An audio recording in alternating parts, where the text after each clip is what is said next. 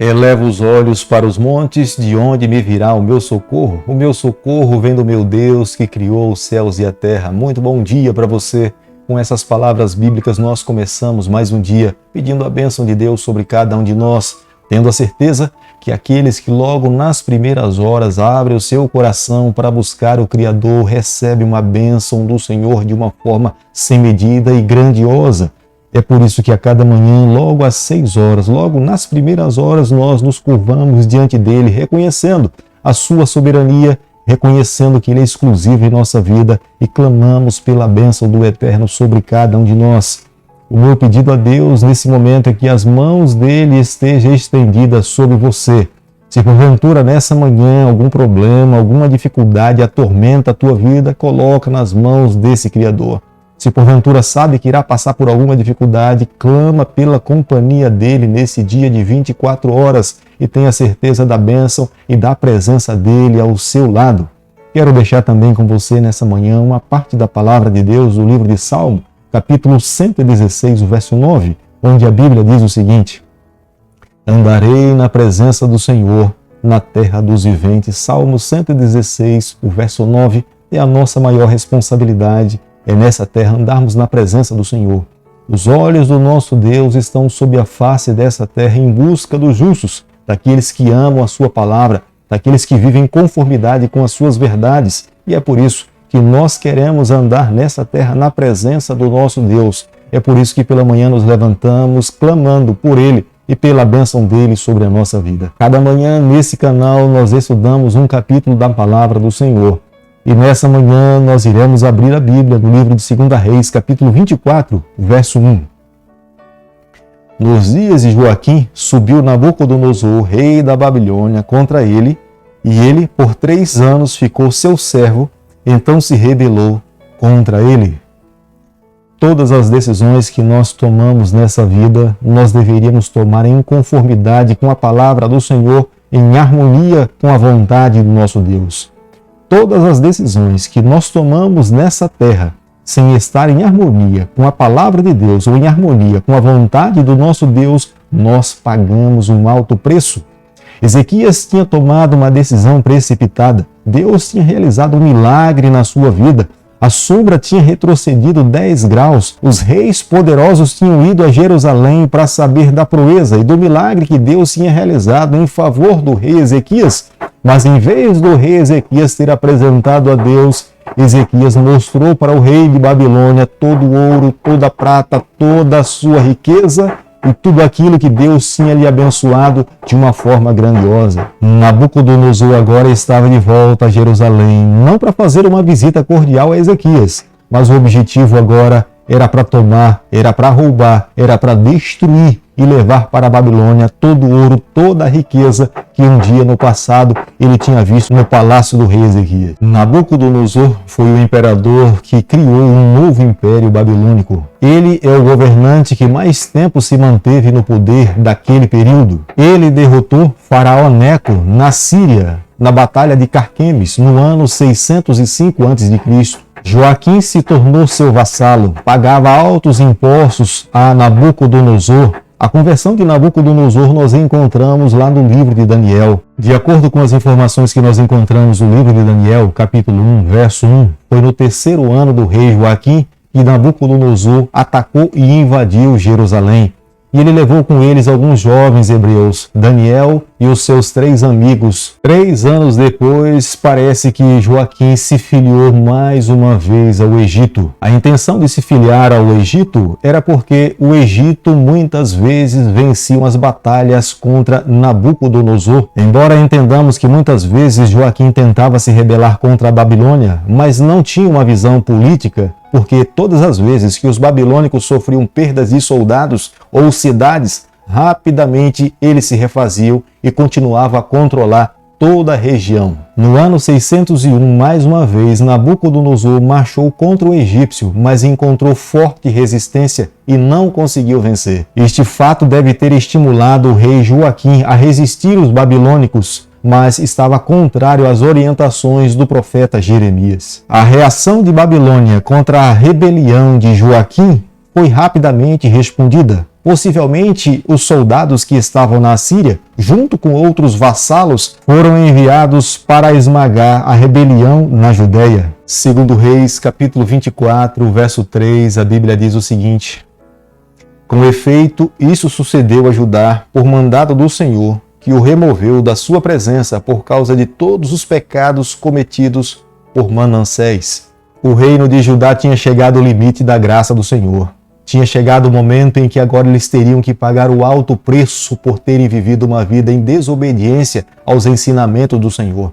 Manassés tinha matado no vale de Inom os seus próprios filhos, tinha ultrapassado o limite da graça de Deus, e nesse período Deus estava enviando Babilônia para cumprir os seus juízos contra o seu povo. Foi o próprio profeta Isaías que levantou a sua voz para repreender os pecados de Manassés e do povo de Judá. Ele declaradamente falou para toda a nação de Judá que eles pagariam um alto preço por não viver uma vida em obediência à lei de Deus e à aliança firmada por Deus com os seus antepassados. As atrocidades que Manassés tinha cometido tinham ultrapassado os limites da misericórdia do Senhor. Embora Deus, nos dias de Josias, não estivesse enviado o seu juízo sobre o seu reinado, mas no futuro, Deus não poderia permitir que aquele povo que não tinha buscado viver uma vida de arrependimento continuasse nos seus pecados sem receber uma repreensão. Joaquim foi um dos piores reis de Judá. O próprio profeta Jeremias tinha falado para ele que ele seria sepultado com um jumento. E de fato, não há nenhum registro da maneira pela qual Joaquim, de como ele foi sepultado. O rei Joaquim morreu pouco antes de Babilônia ser vencida pelo Império Babilônico. A prova é clara que ele não morreu por causas naturais, mas por intrigas políticas. Quem se assenta no trono após a morte do rei Joaquim é seu filho. Também é conhecido como Joaquim ou Jeconias, que tem como significado do seu nome Yahvé estabelecerá. Segundo Reis, capítulo 24, verso 7, a Bíblia diz o seguinte: o rei do Egito nunca mais saiu da sua terra, porque o rei da Babilônia tomou tudo quanto era dele, desde o ribeiro do Egito até o rio Eufrates. Esse fato se deu porque o rei do Egito perdeu a sua batalha lá em Carquemes, na Síria, no ano 605. Possivelmente, o rei Joaquim não tenha recebido nenhuma ajuda dos egípcios nos momentos difíceis que ele estava passando com Babilônia. O ribeiro do Egito, que nós encontramos mencionado no versículo 7, é o ribeiro que delimitava a terra abraâmica, a terra que Deus tinha prometido ao seu povo. O autor do livro de 2 Reis observa que os babilônicos conquistaram a terra que Deus tinha concedido ao seu povo. Era uma prova clara que a herança de Deus estava sendo tomada pelos adversários. Elnatã é o avô de Joaquim.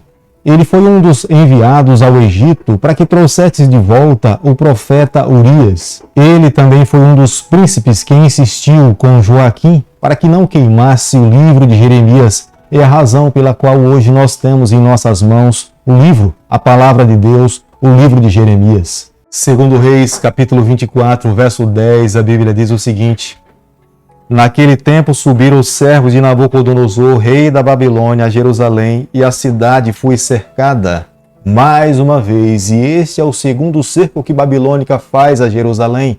Nesse cerco, facilmente Joaquim se rendeu. Por isso que muitas vidas não foram tomadas. A rendição de Joaquim aos babilônicos no ano 597 poupou a cidade e levou à segunda deportação para Judá. Joaquim, sem ter resistência no seu reino, ele se entregou aos babilônicos e por 37 anos ele ficou preso em Babilônia. Depois desse período, ele é libertado e ele volta para Jerusalém. Quando Nabucodonosor aceitou a submissão do rei Joaquim, ele levou muita riqueza. E além da riqueza, ele levou alguns jovens para que pudessem lhe servir em Babilônia.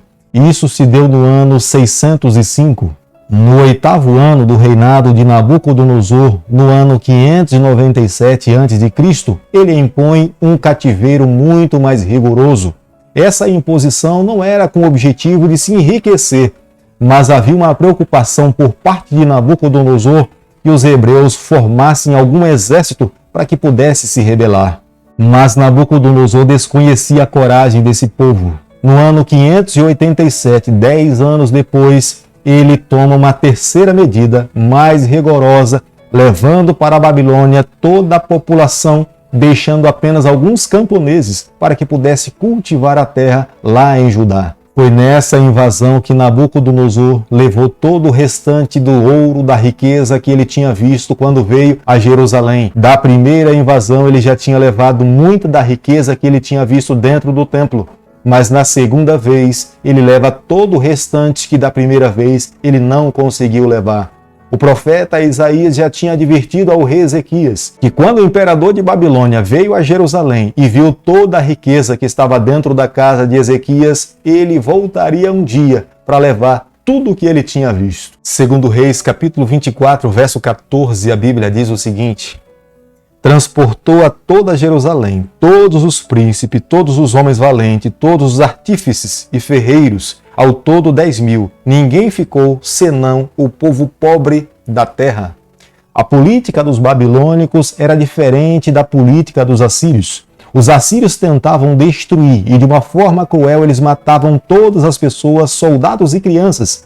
Mas os babilônicos, eles permitiam que os seus cativos pudessem se restabelecer na sua terra. Eles proporcionavam condições para que os cativos pudessem se desenvolver, crescer e viver uma vida tranquila dentro da sua geografia. Na verdade, Babilônia levava cativa tudo aquilo que ela entendia que era que tinha de melhor no reino conquistado: o ouro, a prata, os jovens, as mulheres, os intelectuais, os grandes profissionais daquele país eram as pessoas que eles levavam cativas. Aqueles que não tinham condições de lhe proporcionar algum benefício no futuro, eles deixavam para trás. O rei de Babilônia levou 10.000 soldados, os mais valentes, os mais corajosos, aqueles que poderiam defender a sua coroa. O profeta Ezequiel era um desses, e ele considerava como sendo já agora o fim de Judá. Como nós podemos ler no versículo 17 do capítulo que nós estamos estudando nessa manhã, o rei de Babilônia se preocupou em tirar o rei Joaquim do reino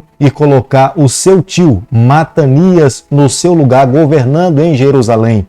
É o próprio rei de Babilônia que faz uma mudança de nome de Matanias para Zedequias. O objetivo de mudar o nome era declarar que Jerusalém era submissa à Babilônia. Este é o rei que o profeta Jeremias teve mais contato, embora o início do seu ministério tenha se dado no ano 627. Este rei é mencionado muitas vezes no capítulo 21 do livro de Jeremias. Zedequias começa a governar em Jerusalém com 21 anos de idade. O significado do seu nome, o Senhor é minha justiça.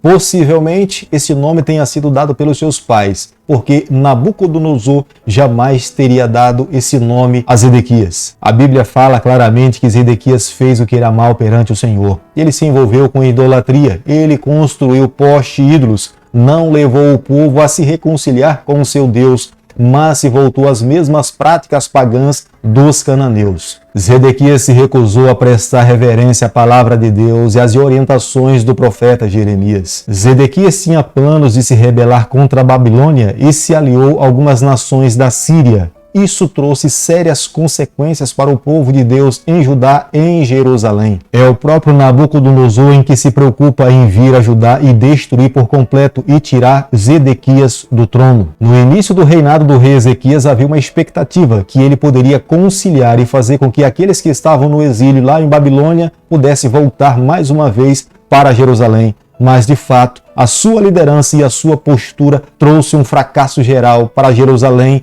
e para Judá. Querido amigo, nessa manhã, ao concluirmos o capítulo 24 do livro de 2 Reis, eu e você, nós precisamos chegar à seguinte conclusão: quando Deus levanta um profeta, o objetivo é orientar o povo do Senhor. A Bíblia mesmo é muito enfática em nos afirmar que Deus não fará nada sem que primeiramente Ele comunique, revele a sua vontade aos seus profetas. Cabe a cada um de nós estarmos atentos, os nossos ouvidos abertos, para ouvirmos as orientações de Deus e seguirmos aquilo que Deus pede que nós façamos através da boca dos profetas levantados por Ele.